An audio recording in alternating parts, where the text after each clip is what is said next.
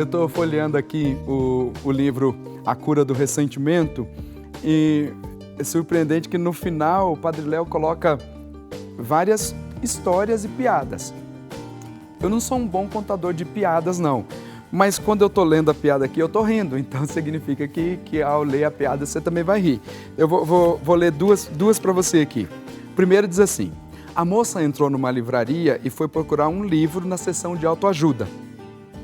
Achou um que a impressionou bastante, já que tinha o sugestivo título: Resolva todos os seus problemas. Ela se dirigiu ao balconista e perguntou: por favor, moço, este livro vai resolver mesmo todos os meus problemas?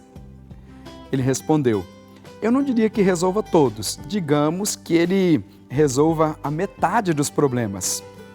Ela já respondeu prontamente: então eu vou levar 2 exemplares. São historinhas interessantes, né? Que mostram também que a moça estava precisando de um progresso na sua inteligência. O outro diz assim: irritado com os alunos, o professor lançou um desafio. Todo aquele que se julgar burro, faça o favor de ficar em pé. Toda a sala permaneceu sentada. Alguns minutos depois, Genésio se levantou. O professor, espantado, questionou: quer dizer que você assume que é um grande burro, Genésio? Bem, para dizer a verdade, professor, não me acho burro. Mas não me acho burro, não. Mas fiquei com pena de ver o senhor aí em pé sozinho. Olha, são historinhas que o Padre Léo conta, que ajudam, inclusive, por exemplo, a viagem dos 2 burros, que são uma historinha um pouco longa. Depois, a língua e os dentes, que fala de um segredo de santidade. Não teria o senhor algum segredo de santidade e vida para me ensinar? E aí a história da língua e dos dentes, a história do milho bom, a história do motoqueiro e o passarinho. São histórias que te ajudam a descontrair um pouco, é verdade, mas também aplicar na vida. Algumas delas, por exemplo, essa história da língua e os dentes, serve muito para aplicar na vida. Tudo aqui na Cura do Ressentimento, que é esse livro do nosso tão querido Padre Léo, que eu tenho certeza que vai fazer bem para você, vai fazer bem para a sua vida. Nós estamos falando da cura do ressentimento. Tem um capítulo aqui no livro que diz assim: como curar o ressentimento? Talvez seja a pergunta que muitas pessoas fazem, porque quando você identifica um problema, você vai ao médico, identificou um problema, você conta para ele o que você está sentindo e a partir disso, e depois com os exames todos que são feitos, o médico vai identificar de fato o problema e vai te dar um remédio. Vai te dar um remédio para tirar a dor, ou você vai tomar um antibiótico, ou um remédio de uso contínuo, para você poder fazer o tratamento daquela doença e depois de um período volta ao médico para ver se precisa continuar o tratamento ou não. Sempre assim, na base de um medicamento, um tratamento que você vai curar a doença. Para a cura do ressentimento, qual que é o tratamento? O que faz para curar o ressentimento? Você vai ao médico, você pode estar vivendo uma situação difícil, você vai ao psicólogo para contar a situação que você está vivendo e o psicólogo, com base naquilo que ele estudou, vai trazer elementos que te ajudem a identificar por que você está vivendo naquela situação. É um caminho. Depois, tem um remédio que você coloca debaixo da língua para poder curar o ressentimento. O Padre Léo diz algumas coisas muito interessantes aqui num dos capítulos do livro, que diz: a primeira coisa para fazer, para curar um coração ressentido é um diagnóstico claro do problema que mais aflige. Então você precisa identificar a situação. Identificou a situação, aí começa a agir. Existem situações que você não vai poder mudar. Existem situações que você não vai poder mudar. Como vamos tratar de um problema se não conhecemos suas causas? Muitas vezes, para se chegar ao diagnóstico de uma doença física, gasta-se muito tempo, dinheiro, paciência, estudo e, acima de tudo, persistência e perseverança, tanto do médico como do paciente. Para a cura do ressentimento, o procedimento é bastante parecido. A primeira coisa, diz ele, é avaliar os sentimentos estragados. Que sentimentos são esses? Que tipo de estrago tem? O que está causando o estrago? De onde provém os sentimentos negativos? Desde quando estou me sentindo assim? Lembro-me de algum fato relacionado ao sentimento estragado? É um sentimento racional ou irracional? Isto é, mais instintivo do que real? Será que não estou olhando para o problema com lentes de aumento? Ou o problema é realmente sério e perturbador? Desejo realmente a cura ou prefiro manter o sentimento estragado como estratégia para ataques ou defesas futuras? São todas perguntas que ajudam a diagnosticar o problema e depois trazer o remédio. Estas são algumas das perguntas que precisamos responder para tentar formular um diagnóstico mais próximo da realidade. E aqui nós estamos falando de problemas íntimos, de feridas interiores, de mágoas que nem sempre são conscientes. Mas, na medida do possível, é preciso diagnosticar para fazer o prognóstico correto, o tratamento adequado, eficaz e eficiente. Em algumas situações, você pode mudar. Você pode fazer um pedido de perdão para aquela pessoa que você ofendeu ou que te ofendeu, para então voltarem, fazerem as pazes, assim, na linguagem popular, né? Fazendo as pazes. Às vezes fica sempre ali uma rusguinha, um resquício, mas é preciso ir pouco a pouco buscando os elementos necessários para que não fique nenhuma mancha. Mas existem algumas situações que você não pode mudar. Por exemplo, eu atendo algumas pessoas que tiveram um relacionamento ruim com os pais. E depois, o pai veio a falecer.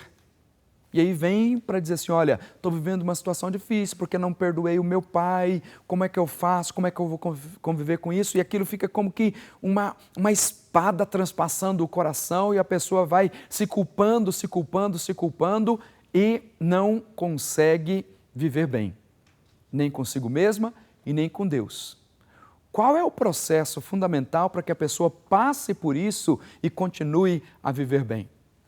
Com isso eu quero responder ao e-mail que chegou aqui da Dona Maria Lúcia Pereira, lá de São José dos Campos, que disse o seguinte: qual a diferença entre aceitação e resignação? Olha, se a senhora buscar aí no dicionário, buscar aí resignação e aceitação na linha da psicologia e na linha da espiritualidade, é a mesma coisa, são sinônimas, palavras que querem dizer a mesma coisa. Então, veja o exemplo que eu dei. Existem situações que a gente pode mudar. Então, por exemplo, eu ofendi alguém, magoei alguém, então não tem que passar por um processo de aceitação. Se eu identifiquei o problema, se eu sei a causa, eu preciso buscar os meios para resolver esse problema. Porque tem gente que diz assim, não, passa por um processo de aceitação no sentido de guardar a coisa e não buscar os elementos necessários para resolver. Se são situações que podem ser mudadas, então o diagnóstico identificou o problema, busca então os meios para que eles sejam consertados. Quando quebra alguma coisa, você não simplesmente joga fora. No tempo das coisas descartáveis acaba se fazendo isso, mas geralmente a gente busca um meio para poder resolver a situação. Eu vivi uma situação difícil essa semana, que vou tentar dar o exemplo para dizer qual que é o processo de aceitação. Eu estava fazendo um serviço lá na minha igreja muito alto e tinha que fazer uns testes com o meu computador. Tinha comprado fazia pouco tempo. Então, estava lá no alto, fazendo os testes, de repente, bati a mão no computador. Ele caiu, espatifou, acabou com o meu computador. Eu disse, o que eu posso fazer agora? Tem que aceitar o que aconteceu aqui com esse computador e tentar resolver as coisas de uma outra forma, porque o computador já não serve mais para nada. Ele arrebentou ao cair no chão. Não tem muito o que fazer. Vou tentar, talvez, arrancar as peças dentro para tentar salvar os arquivos, mas o computador perdeu. Eu tive que descer da escada e dizer, fazer o quê? Tem que aceitar agora essa situação e arrumar um jeito de ter um outro computador. É uma situação que eu tive que aceitar, porque não tinha como resolver. Mas se tem como resolver, aquele computador que caiu, então eu posso levar no técnico e vai resolver para tentar recuperar o computador. Está vendo? É um processo de cura, de identificar o problema e de buscar os meios para então resolver. Quando não tem jeito, a gente passa por um processo de aceitação, de resignação. processo de aceitação da vontade de Deus, um processo de aceitação da perda, um processo de aceitação que cure o nosso coração. Se o ressentimento está ligado a um ente querido que faleceu, o que você precisa fazer? Precisa aceitar o perdão, o processo de aceitação de uma situação que você não pode mudar como essa. A resignação está no sentido de você trazer para si e não se martirizar com aquela situação. É um processo de aceitação que faz com que você aceite o perdão de Deus e não é se conformar com a situação. A resignação e a aceitação traz uma mudança no interior. Não é simplesmente um processo de se conformar com a situação que se está vivendo. É um processo de aceitação que cura o coração. Com aquilo que não pode ser mudado, nós passamos então por esse processo de resignação e de aceitação. Se você buscar aí no dicionário aquilo que é o significado da palavra aceitação ou resignação, ele vai dizer exatamente isso. O que é a resignação? Ou ainda, a aceitação na espiritualidade, na conscientização e na psicologia humana. Geralmente se refere a experimentar uma situação sem intenção de mudá-la. É uma situação que você vai buscar, o que você experimentou, sem a intenção de mudar. Por exemplo, você não pode mudar a pessoa, porque tem gente que quer moldar a pessoa segundo a sua própria concepção. Então, eu quero que a pessoa seja do jeito que eu quero. Então não vai ser. Ninguém é igual no relacionamento, na vida familiar, na vida da comunidade. Não tem uma forma igualzinha para cada um. Cada um tem o seu pensamento, cada um tem o seu jeito de ser. Aqui também está na resignação, de aceitar o outro do jeito que ele é, sem querer mudar o outro. Às vezes eu gostaria que acontecesse isso. Tem uma multidão à minha frente, muita gente que eu tenho que pastorear. Como eu gostaria que todos fossem iguais, aceitando aquilo que eu estou ensinando, para viver do jeito que eu estou falando. Mas não é assim. Então a gente passa por um processo de que eu não posso mudar aquilo que a pessoa é. Deus pode, é verdade, Deus pode. Mas mesmo assim, cada um na sua individualidade vai se relacionar com Deus e viver de acordo com a vontade de Deus. A aceitação não exige que a mudança seja possível ou mesmo concebível, nem necessita que a situação seja desejada ou aprovada por aqueles que a aceitam. A resignação é frequentemente aconselhada quando uma situação é tanto ruim quanto imutável, situação ruim que não pode ser mudada, ou quando a mudança só é possível a um grande preço ou risco. E aí vai na definição daquilo que é resignação e aceitação. Tenho certeza que, passando por esse processo, a gente consegue viver melhor com Deus, consegue viver melhor com o irmão. Olha, tem várias coisas que nós aprendemos com a cura do ressentimento. Está vendo que vai surgindo perguntas, vão surgindo questionamentos que, lendo o livro A Cura do Ressentimento, você tem respostas para a sua vida, respostas aí para a sua família. Quero aproveitar agora para agradecer aqui a participação da Maria Heloísa Múcio Olibone, da cidade de Jaú, que está apresentando o seu filho Cristiano, pedindo pela saúde e libertação, pedindo por toda a família, por saúde e paz. A Maria José César Carvalho, de Campinas, São Paulo, pedindo pela saúde, cura e libertação da sua filha Iara César Carvalho e pelo Moacir Carvalho. A Gessélia Silva dos Santos, de Jaguarari, na Bahia, também participando aqui, apresentando toda a sua família. A Aparecida Isabel Galavotti, de Jales, em São Paulo. Maria José da Silva, de Indaiatuba, São Paulo. Em ação de graças pelo Padre Marcos, que hoje completa aniversário. Ele é o pároco da paróquia São Francisco de Assis, deve ser lá na cidade de Indaiatuba, e também pedindo para todos da Associação do Senhor Jesus.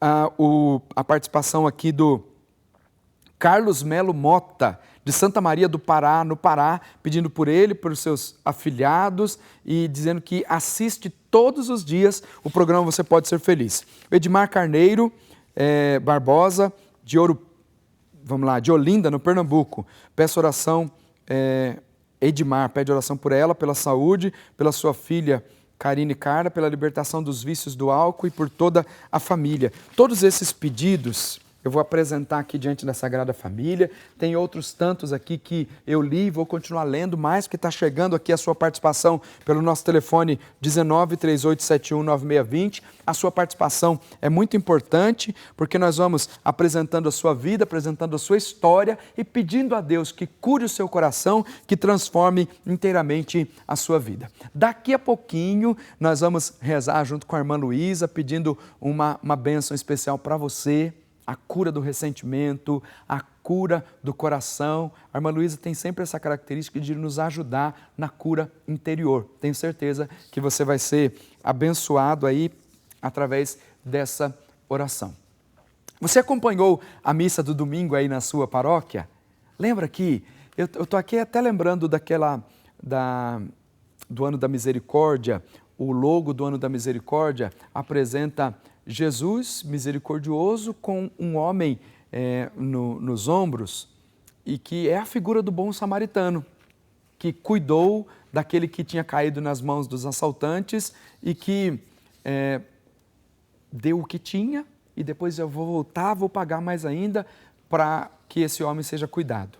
O Santo Padre, o Papa Francisco, deu algumas indicações de como viver bem o Ano da Misericórdia a partir do exemplo do bom samaritano. Porque a pergunta que foi feita antes de que Jesus contasse a parábola do bom samaritano foi o mestre da lei perguntando o que ele tinha que fazer para entrar no reino do céu, o que ele tinha que fazer para herdar a vida eterna. Então, o Santo Padre, o Papa Francisco, diz assim: para entrar no céu é preciso ser como o bom samaritano. E quando presidiu o Ângelus Dominical, lá a partir da janela do Palácio Apostólico, ele comentou a parábola do bom samaritano, afirmando que este é o caminho para entrar na vida eterna. Se talvez você tenha dúvida, como aquele mestre da lei, do que fazer para alcançar a vida eterna, está aí então a super indicação do Papa Francisco para você. Viver como bom samaritano é o caminho para entrar na vida eterna. Ele diz assim: essa história indica um estilo de vida cujo centro não somos nós mesmos, mas os outros, com suas dificuldades que encontramos no caminho e nos interpelam. Como no Evangelho, Francisco assegurou que cada um pode se perguntar: quem é o meu próximo? Quem é aquele que está do meu lado? Jesus respondeu com a parábola do bom samaritano. Tendo um homem em uma rua de Jerusalém, alguns bandidos o assaltaram e deixaram abandonado. Passou um sacerdote, depois um levita, mas não o ajudaram. Em seguida passou um samaritano, um habitante da Samaria, uma região desprezada pelo judeu, e ele o ajudou. Veja, de onde menos se esperava uma ajuda é que veio a ajuda. Eu imagino que o mestre da lei, quando ouviu essa história, também ficou decepcionado com Jesus, porque Jesus foi buscar logo o exemplo de um samaritano, um mestre da lei, judeu. Os judeus não se davam com os samaritanos. Samaritanos, parecendo na vida deles, era sinal de impureza. Um samaritano que não era efetivamente um profundo conhecedor da lei, se você levar em conta que era um sacerdote e um levita, mas foi esse samaritano, chamado de bom samaritano, que curou as feridas, que pagou com o dinheiro do próprio bolso para que esse homem fosse curado das suas feridas. O Papa explicou o seguinte: o Papa explicou que isso mostra como não se deve catalogar os outros para decidir quem é o meu próximo e quem não é. Depende de mim ser ou não ser próximo da pessoa que encontro e que precisa de ajuda, mesmo se estranho ou até mesmo hostil. Agora entendo aqui, porque quem é o meu próximo? Alguns pensam assim que o próximo é aquele que estava caído ali. Jesus pergunta: quem foi o próximo daquele que caiu na mão dos assaltantes? Quem é o meu próximo? Jesus quis jogar a responsabilidade para a vida da pessoa. Ele, o bom samaritano, foi o próximo daquele que caiu nas mãos dos assaltantes. É identificar o problema do outro e estender a mão para ajudá-lo. É o segredo, então, um estilo de vida, como o Papa Francisco diz. A atitude do bom samaritano é necessária para dar prova da nossa fé. Cessem os discursos e falem as obras. Cessem as palavras e falem as ações. Isso é o que nós aprendemos com o bom samaritano. Por isso que Jesus disse, vai e faze a mesma coisa. Olha, eu vou para o intervalo rapidinho, estou esperando aqui a sua participação pelo nosso telefone 19 3871 9620. Liga já, tem muita bênção para você, para todos os seus. Já já eu volto.